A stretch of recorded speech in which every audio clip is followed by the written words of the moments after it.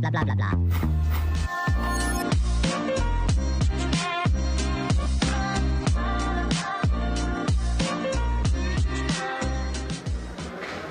Bonjour à tous, merci d'être branchés sur le comptoir des éleveurs, sur le site, sur la page Insta et aussi sur toutes les télés qu'on a présentes ici au sommet de l'élevage. On va vous parler encore d'une invitée exceptionnelle et c'est le cas de La Parole A. À chaque fois, on laisse la parole libre à nos invités ici et on a de la chance aujourd'hui puisqu'on est bien accompagné. On est accompagné de Fanny Agostini. Bonjour Fanny. Bonjour, c'est moi qui ai de la chance. Merci d'être avec nous sur ce beau plateau. Tu découvres le comptoir des éleveurs et tu découvres La Parole A, un format où on va t'écouter, où on va te laisser la parole puisque c'est vraiment le projet ici. Mais d'abord, j'aimerais te présenter, mais je ne sais pas par quoi commencer. Puis tu fais tellement de choses. Alors, je vais dire 4 mots et tu vas me dire si ça te convient. Auvergnate, journaliste, Climate Bootcamp, Landestini. Je suis pas sûre que ça me résume totalement, mais en tout cas, il y a des pistes. J'ai mis le principal. Alors, on va faire point par point. T'aurais pu dire maman. Ah, alors on va commencer par maman ou Auvergnate. J'ai envie de commencer par Auvergnate. Oui, j'ai grandi ici, j'ai grandi dans ce terroir, à la Bourboule plus exactement, donc dans le Sancy. Donc j'ai des racines très ancrées et très profondes en Auvergne. Alors journaliste aussi. Absolument, depuis mes 19 ans. J'en ai 36, tu peux faire le calcul. On va pas... je suis trop fatigué pour faire des maths. Climate Bootcamp. Oui, c'est quoi le Climate Bootcamp en 2 mots. C'est un camp d'entraînement pour journalistes que nous avons mis en place avec Cédric Ringenbach, qui est un ami et qui était le créateur de la fresque du climat, un jeu et un outil pédagogique pour apprendre effectivement qu'est-ce que le changement climatique que tu dois connaître, en tout cas que toutes les entreprises connaissent aujourd'hui. Et ce jeu a été initié à la Bourboule auprès d'un public de journalistes et chaque année à la Bourboule on invite des journalistes décideurs, donc des éditorialistes, des patrons de chaîne, des rédacteurs en chef pour monter, je dirais, en expertise sur les sujets climat. Et Landestini. Et Landestini, c'est la fondation que nous avons créée avec mon mari et qui, bien sûr, travaille sur ces questions de durabilité, d'environnement et d'alimentation saine. Et alors du coup, dans tout ça, quelle place pour l'agriculture, quelle place pour l'élevage? Ici, on est au sommet de l'élevage, j'étais présente. C'est quoi ton rapport direct avec ce milieu? On a tous des racines paysannes, déjà, premièrement. Moi, mon grand-père était d'Allanche, dans le Cantal. Donc, évidemment que j'ai ces racines-là très ancrées. Mon père est corse. Donc, là aussi, un terroir qui a du caractère. Et c'est ce double terreau qui m'a fait pousser, qui m'a fait grandir. Des agriculteurs, j'en ai tout autour de moi aujourd'hui, mais j'ai grandi aussi auprès d'eux. Ouais, depuis toute petite, tu cultives la nature, mon grand-père est apiculteur. Mon grand-père m'a amené voir tous ses potes et collègues qui étaient tous éleveurs ou agris, donc forcément j'ai baigné dedans. S'il y avait une question là qui te préoccupait actuellement en rapport avec nos amis éleveurs, bien entendu, question qui leur parle peut-être aussi, ce serait quoi? Ça serait quoi le sujet de préoccupation un peu majeur en ce moment? Moi, ce qui m'énerve, parce qu'effectivement j'ai été 10 ans parisienne par la force des choses, puisque l'épicentre média des grands médias nationaux en tout cas reste à Paris, donc j'ai gravité dans ce milieu-là pendant des années et ce qui m'agace c'est la vision binaire que nous pouvons avoir effectivement de l'agriculture et des agriculteurs. Je donne un exemple, voilà, la viande c'est mauvais pour la santé, c'est mauvais pour la planète, basta. C'est mal comprendre le cycle du vivant et la complémentarité qui existe entre l'animal et le végétal. C'est de l'écologie de bureau, c'est ne pas comprendre effectivement comment marche la vie et comment fonctionne le vivant. Et donc effectivement, ça m'horripile parce que c'est un point de vue complètement distancié de la réalité de terrain. En 2024, il y a encore cette dualité? Ou elle s'est même encore renforcée? Tu ne l'as pas senti? Je ne sais pas, en tout cas, toi, de ton point de vue, de ton expérience aussi. Mais c'est mon expérience, mais c'est aussi ce qu'on sent, ce qu'on entend et ce qui peut aussi faire beaucoup de mal à la profession d'éleveur, puisque voilà, il y a une vision extrêmement manichéenne du métier et de sa place, alors que l'agriculture et l'élevage, qui plus est, apportent ce qu'on appelle des aménités positives.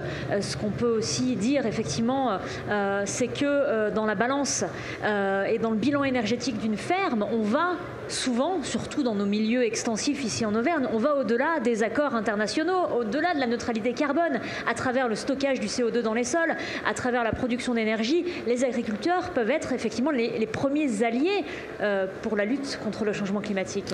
Justement, je reprends quand même un slogan cher à Landestini, la terre est notre destin. Et ça revient un peu à tout ce que tu viens de dire. Pourquoi ce slogan particulièrement, notre destin? Je crois que nous sommes profondément terriens, mais au sens, je dirais, propre du terme, au sens charnel. Nous sommes tous des terriens. La vie moderne a fait que nous avons créé une déconnexion. La crise écologique que nous vivons actuellement, c'est une crise du lien avec le vivant principalement. Et c'est ce lien que nous devons retrouver absolument pour non seulement vivre en bonne santé sur une planète vivante, mais aussi avoir envie effectivement de faire corps avec elle et puis de protéger ce qui nous permet d'exister et de vivre. Vous guidez vers une alimentation saine et une agriculture durable, tout en apprenant comment et pourquoi prendre soin de la biodiversité. Tels sont les objectifs que nous nous sommes fixés. C'est le mantra de Landestini. Je reviens quand même sur ce terme d'alimentation saine, parce que ça, c'est vraiment un enjeu fort. La préservation de l'agriculture, ça passe vers une meilleure éducation à l'alimentation, selon toi? C'est une bonne porte d'entrée, l'alimentation, pour parler de l'agriculture, de l'importance de ce métier-là, de ce métier qui nous fait vivre tous, donc de ce métier, je dirais, socle. J'ai une amie qui est éleveuse de ravats dans le Puy-de-Dôme, à Noucondé, qui m'a un jour sorti cette phrase magnifique.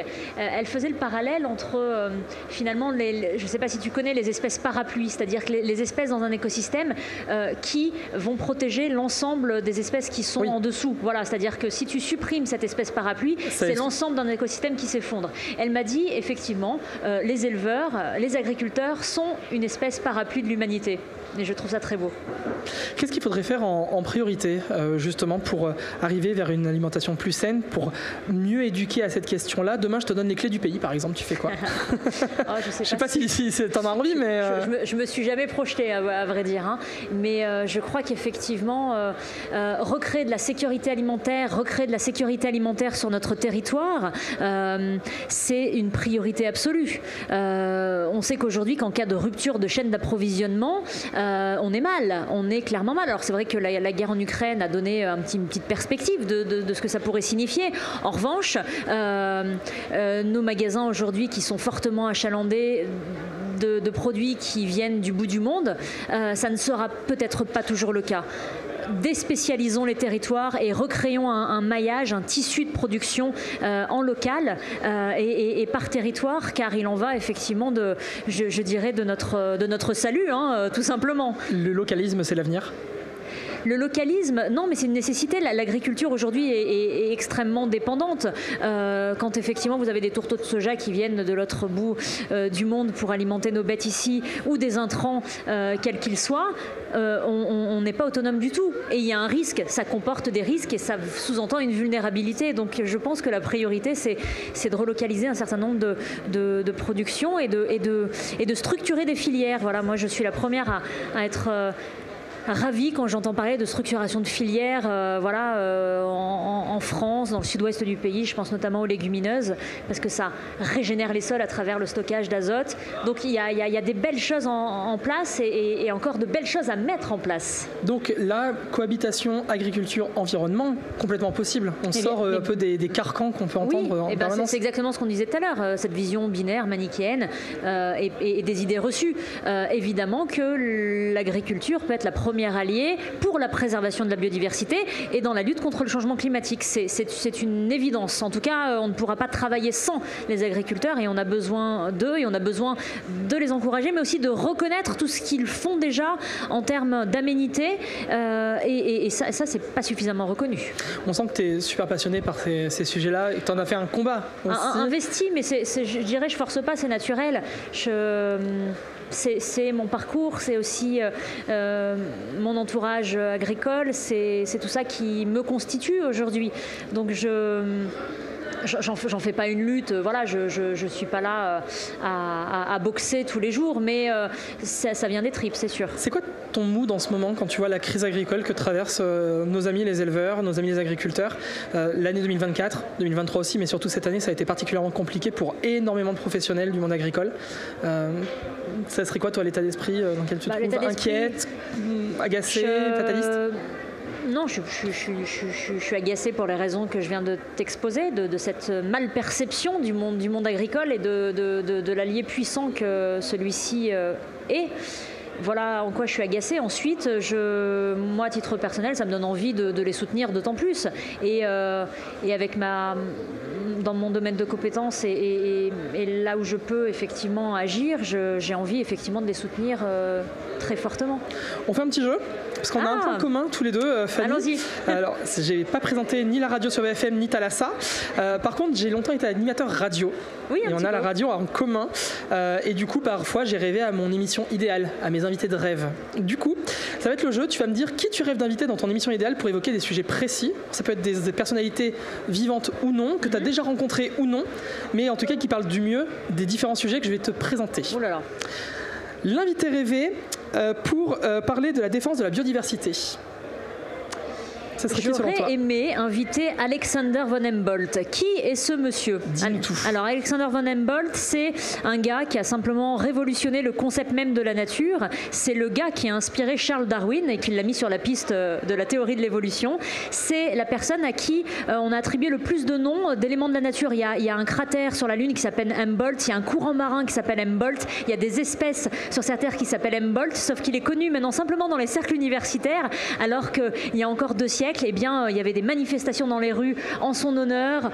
Les gens étaient complètement fans de ce gars, sauf qu'aujourd'hui, personne ne le connaît. Alexander von Humboldt. Bon, ça va être compliqué de l'interviewer, je pense, mais... J'aurais adoré. L'invité rêvé pour parler du patrimoine gourmand français. Ah, Jacques Marcon. Parce que Jacques, c'est un grand pote et c'est grâce à lui aujourd'hui que j'habite en Haute-Loire. Alors, si jamais tu m'entends, Jacques, je te remercie encore tellement du fond du cœur de m'avoir ouvert les portes de ce territoire qui est la Haute-Loire. Voilà, il est à Saint-Bonnet-le-Froid et c'est une personne magnifique, autant que sa cuisine évidemment, mais Jacques, je l'ai dans mon cœur et c'est quelqu'un de précieux. Alors on va repartir un petit peu côté environnement, écologie et cause animale. Pour parler de la cause animale, La cause animale ?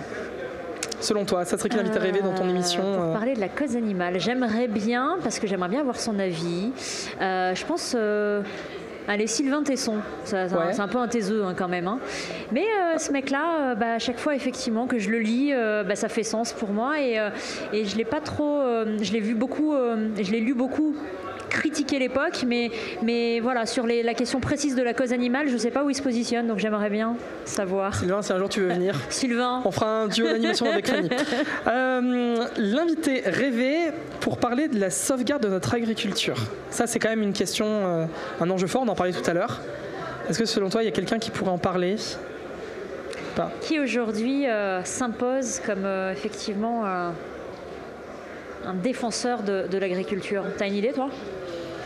Je pense qu'il y a pas mal de personnes déjà sur ce sommet. Qui... Ouais, voilà, c'est-à-dire qu'il y a plein de personnes à qui on pourrait tendre le micro, mettre dans la lumière. Et je dirais simplement un éleveur. Là, tout à l'heure, je vais aller interviewer Bruno Gourdon, qui est un éleveur de vaches laitières et qui a créé l'association Éleveurs Autrement. C'est un monsieur qui est passé par le feu, c'est-à-dire qu'il a même failli se suicider pendant la crise du lait. Et c'est quelqu'un qui a repris les rênes de sa ferme et qui est parti se former. Et ensuite, aujourd'hui, il forme énormément d'agri pour retrouver de l'autonomie sur leur ferme et retrouver surtout le bonheur d'exercer le métier. Une petite dernière, l'invité rêvé pour parler de politique agricole en France. Je sais pas, Michel Barnier? Non, je sais pas. Ça serait celui à voir en ce moment? Non, je sais pas, non, mais juste comme ça, par curiosité, parce que je suis curieuse. Qu'est-ce qu'il en pense? J'aimerais bien, un peu essayer de creuser. J'aimerais bien creuser le sujet avec lui. Michel Barnier, pareil, si tu nous entends. Il n'est pas là en fin de semaine, non? Ah, je sais pas, j'ai pas toutes les infos. On essaiera de le choper. Il nous reste un peu de temps, Fanny. J'aurais juste voulu te lancer sur un sujet très rapidement. Il y a un sujet qui te tient à cœur, c'est la ferme collective. Ça, je sais que c'est quelque chose qui te parle. Est-ce que ça peut être une solution justement pour aider à la défense, à la sauvegarde de notre agriculture? Tu ne parles pas de GAEC, hein? Non, je parle vraiment des fermes collectives en général. À plusieurs, on est toujours plus fort, hein. C'est vrai qu'aujourd'hui, ce qui est compliqué, c'est de trouver un équilibre dans la ferme entre le temps de travail, le temps de famille. C'est ça qui est compliqué. Donc je trouve que d'avoir un collectif avec une répartition des tâches, un agenda tournant, un calendrier tournant, je pense qu'effectivement ça peut être la clé pour que des jeunes se lancent et reprennent le métier, parce que c'est un métier qui peut être effectivement pénible quand on se s'enquille 17 heures par jour. On arrive à la toute fin de l'émission, Fanny. Oui. Il nous reste quelques secondes et l'usage ici, c'est d'offrir une carte blanche à l'invité. C'est 30 secondes que je t'offre, soit pour revenir sur un sujet qu'on a évoqué, mais sur lequel tu as vraiment envie d'insister, pour faire passer un message, pour nous parler de complètement autre chose. Si là, tu as 30 secondes offertes, tu nous parles de quoi? Ça dit que je parle complètement d'autre chose, mais il me faut 30 secondes, hein, c'est ça qui va être dur. Moi, allez, 35. Tu sais, une des claques que j'ai eues lorsque je suis devenue maman, une des claques que j'ai eues quand je suis devenue maman, c'est la rencontre avec tout ce qui tourne autour du microbiote. Et pour moi, c'était la porte d'entrée pour parler de la biodiversité d'une différente manière. C'est-à-dire qu'à partir du moment où un bébé rentre dans le monde, je dirais, aérien, il va être peuplé du microbiote de sa maman grâce effectivement à un accouchement par voie basse. Et aujourd'hui, je suis très sensible à ce qui concerne effectivement l'industrialisation de la naissance, qu'elle soit animale d'ailleurs ou humaine, puisqu'effectivement, il y a aujourd'hui une recrudescence de césariennes et c'est un sujet de santé publique dont on ne parle pas assez, des césariennes non justifiées ou en tout cas des situations qui occasionnent des césariennes qui ne devraient pas avoir lieu, et ça a des conséquences extrêmement néfastes pour l'humanité. Je pense également au monde animal, puisque aujourd'hui on a créé des races, notamment la bleu belge, hein, je crois, qui ne peut plus mettre bas sans assistance d'un vétérinaire, donc sans césarienne. Il y a vraiment un sujet, on est un peu au balbutiement de questionnement autour de ça, et je pense qu'on devrait vraiment se pencher là-dessus. On essaiera de creuser. Merci beaucoup, Fanny, d'avoir été avec nous. C'était complètement à côté. Hein. Il y a eu un rapport quand même. Tu m'as dit carte blanche, Hein. T'as raccroché les wagons. Merci beaucoup, Fanny. Je t'en prie. La parole A, ça continue aussi à 15h. On aura Sébastien Lalice et on reste un peu dans notre journée Landestini, quelque part. On se retrouve tout à l'heure. D'ici là, profitez du comptoir des éleveurs en ligne sur Insta et sur le site. À toutes. Comptoir des éleveurs.